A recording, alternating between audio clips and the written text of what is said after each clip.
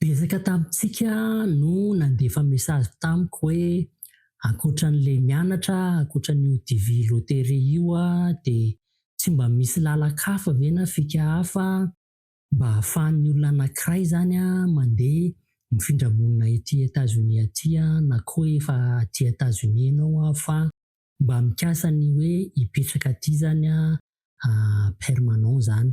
De zay no ho resahako amin'ity vidéo ity fa de arao hatramin'ny farany ary. This video is for informational and educational purposes only. I am not an immigration attorney or a government official. The views shared here are based on publicly available news and personal interpretation. For legal advice or visa-related concerns, please contact a qualified immigration lawyer or the official U.S. Immigration Services. Ho listeko eto zany asehoko atsika eto hoe inavy ireo listana green card miexista mba ahafahanao mifindra monina ety Etazonia na manova statut aty Etazonia. Tsy hazavaiko amin'ny antsipiriany izy menakavy fa ireo izay be mpanao sy ireo izay tena hoe malazalaza no hivalam-parako kely fa any amin'ny vidéo manaraka any hiditra lalindalina kokoa zany amin'ny tsirairay avy zany amin'izy ireo. De eto aloha zany de listeko izy rehetra zany hoe inavy ireo kategoria ireo de hiditra kelikely lalindalina kely fotsiny ho an'ireo izay liana moa zany hoe iza ny be mpanao sy ny sisa sy ny sisa. De afaka miditra ao amin'ny Google ianao tape fotsiny ianao hoe green card US. Rehefa vita zay de mahita izy no hitanao voalohany eo de ny ahafantarana hoe site web amin'ny fanjakana le izy de misy an'io hoe .gov io. De efa meny par topic moa zany le izy de tsindrinao klikenao am'le hoe green card eligibility category. De misy lista anankivalo na kategoria valo le izy fa ilay tena malaza, ilay tena hoe betsaka ny mpanao azy no tena ho resahantsika de ny family based, employment based, special immigrant sy ny refugees de ny other categories. Ny sasany de anjaranao no mamaky mandalina sy manao recherche zany de daholo atobitsika amin'ilay hoe family based zany hoe iza zany no afaka amin'ny sponsor an'izy. De misy point ray roa telo efatra dimy fa ilay telo ambony fotsiny no resahako. Zany hoe raha ohatra zany ianao ka vadina olona manana citoyenneté na zoom-pirenena de afaka mi-sponsoriseanao izy. Raha ohatra koa ianao ka zanaka olona manana zoom-pirenena ka hoe ianao mbola latsaky ny 12 taona de afaka mi-sponsoriseanao izy. Raha ohatra koa zanakao efa mahery ny 12 taona ka efa manana an'izay zoom-pirenena zay de afaka mi-sponsoriseanao izy. Reo karazan'olona reo zany no antsoiny zareo hoe fianakaviana akaiky. De ny manaraka ny fianakaviana tsy akaiky zany fa fianakaviana lavitra.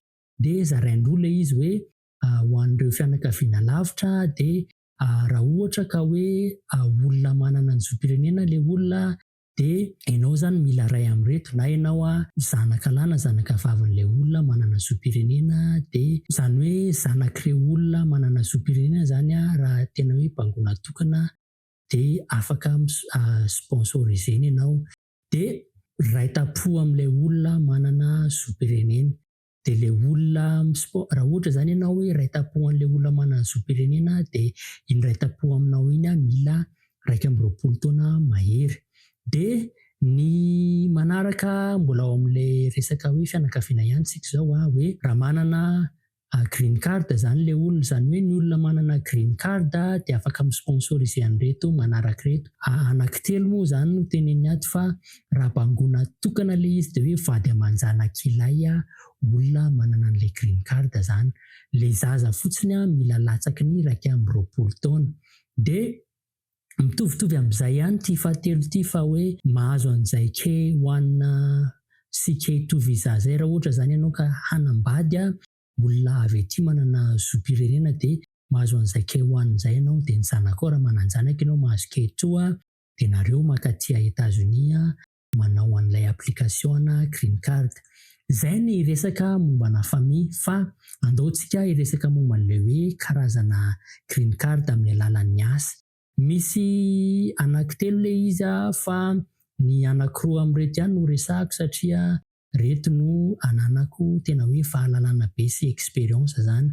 Ny voalohany dia ito voalohany ity migrant worker kategorizeny zareo asiny sous-catégorie moa zany hoe EB1, EB2, EB3. Dia le EB1 inona ny critère?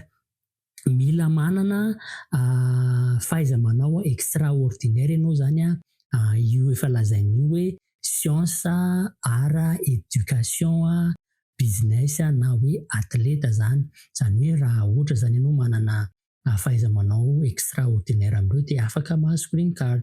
Na koa ianao ohatra professeur tena fanta-daza na rechercheur tena fanta-daza.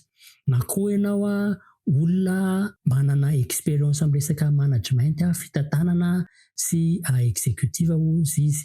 Dia ka ohatra ka hoe mahafeno ny critère takin'ilay orinasa zany. Dia ohatra zao hoe ao amin'ny Amazon misy level ny resaka manager. Za zao tamin'ny asa tao dia level 4 dia any amin'ny level 7 any vao mahafeno an'ity critère teneniny ity. Dia ny EB2 zany no manaraka. Inona le EB2? Raha ohatra ianao ka manana advanced degree ozy izy matetika moa zany resaka any amin'ny PhD any no tena mahazo an'ity EB2 ity fa misy karazana asa ihany koa afaka mahazo an'ilay EB2 zany. Dia efa tenenina eto ambany eto hoe manana fahaiza-manao exceptionnel amin'ny science ohatran'ireny nurse ireny, dokotera, art, business na koa hoe olona mitady national interest waiver. Io ho hazavaiko amin'ny video manaraka fa izay no critère an'ilay EB2 zany. EB3 dia misy karazany anankitelo ilay olona zany. Misy an'ilay hoe skilled worker. Zany hoe skilled worker zany dia ny fahaiza-manao anao dia ilay asa ho ataonao mitaky farafahakeliny 2 taona ny ny formation natao na ny work experience zany na hoe asa nataonao zany. Dia misy an'ilay hoe professional zany hoe le faharoa moa zany amin'ilay EB3 zany hoe ny asa izay ho ataonao dia farafahakeliny mitaky bachelor degree zany hoe manao université 4 taona zany ianao farafahakeliny. Dia mila ny équivalent an'izay zareo. Dia ny fahatelo ao amin'ity resaka EB3 ity dia ilay unskilled worker. Io unskilled worker io hidirako lanin-dalina io fa io anisan'ny be mpanao any amin'ny video manaraka any hidirako lanin-dalina fa inona ary izy io? Zany hoe tsy mila experience firy, tsy mila training na formation be, zany hoe latsaky ny 2 taona zany training ilainy. Zany hoe raha tsotsorina zany dia hoe tsy mila. Ny Amerikanina tamin'ny alalan'ity visa ity no nitondrany an'ireny mpamboly, mpiasa tany sy ny sisa ireny, mpioty taty Amerika zany tamin'ny alalan'io visa io. Dia ny ato amin'ity resaka asa ity dia ilay fahatelo farany no resahako fa anjaranao no mamaky an'ity resaka hoe physician national interest waiver ity. Ity zany raha ohatra ianao ka manana an'izay vola izay hoe manana $800,000 ianao zany hoe efa kely sy zany dia $1,000,000 dia manao investissement ianao. Ny investissement anao dia mila micréer asa ho an'ny olona aty États-Unis zany farafaratsiny olona anaky 10. Dia izay aloha zany resaka asa iny fa misy an'ity hoe special immigrants ity. Point anankiray ihany no resahako amin'ilay special immigrants satria anisan'ny nananako experience izy ity, anisan'ny hoe olona nampiko moa zany tamin'izaho nanao stage tao amin'ny fanjakana tao zany. Misy an'ity hoe religious worker ity. Ny karazana misy karazana fiangonana aty États-Unis zany mandefa ny olona ho aminy zany hiasa hikarakara ny opération amin'ny fiangonan'zareo, de io karazana green card io no hitondran'zareo andreny karazan'olona ireny. De ny fahaefatra de resaka refugee. Raha ohatra zany ianao ka manana statut ana refugee ka tonga aty États-Unis de herintaona aorianan'ny azahoanao an'izay statut ana refugee zay no afaka manao application ana green card ianao. De ny farany afaka mamaky an'le kategoria sasany nareo fa le farany le resaka other categories. De ao amin'io other categories io no ahitantsika an'le DV loterie izay resahako matetika eto fa ny point tiako tsindriana kely eto amin'ny resaka hoe diplomaty ty. Misy karazana diplomaty rehefa tonga aty États-Unis de afaka manao application ana green card. Ho azavaiko moa zany any amin'ny vidéo manaraka any le izy fa tiako atsipy any amintsika fotsiny le izy androany zany. De izay no tena tiako resahana fa tiako tenenina amintsika amin'izay hoe iza amin'ireo no tena be mpanao. Le be mpanao aloha zany ity le hoe through family ty zany. Zany hoe raha manambady olona ty fotsiny ianao de afaka mahazo green card.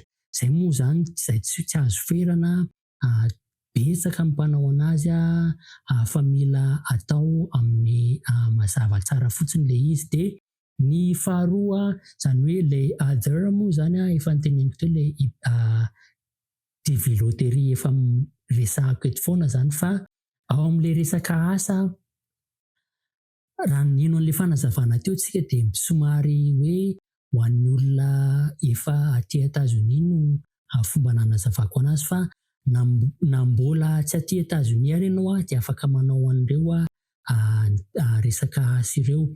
Raha ohatra ianao ka manana expérience amin'ny fitantanana, manana expérience be extraordinaire ny fahaiza-manao anao de afaka porifonao zay de misy orinasa afaka mandray anao.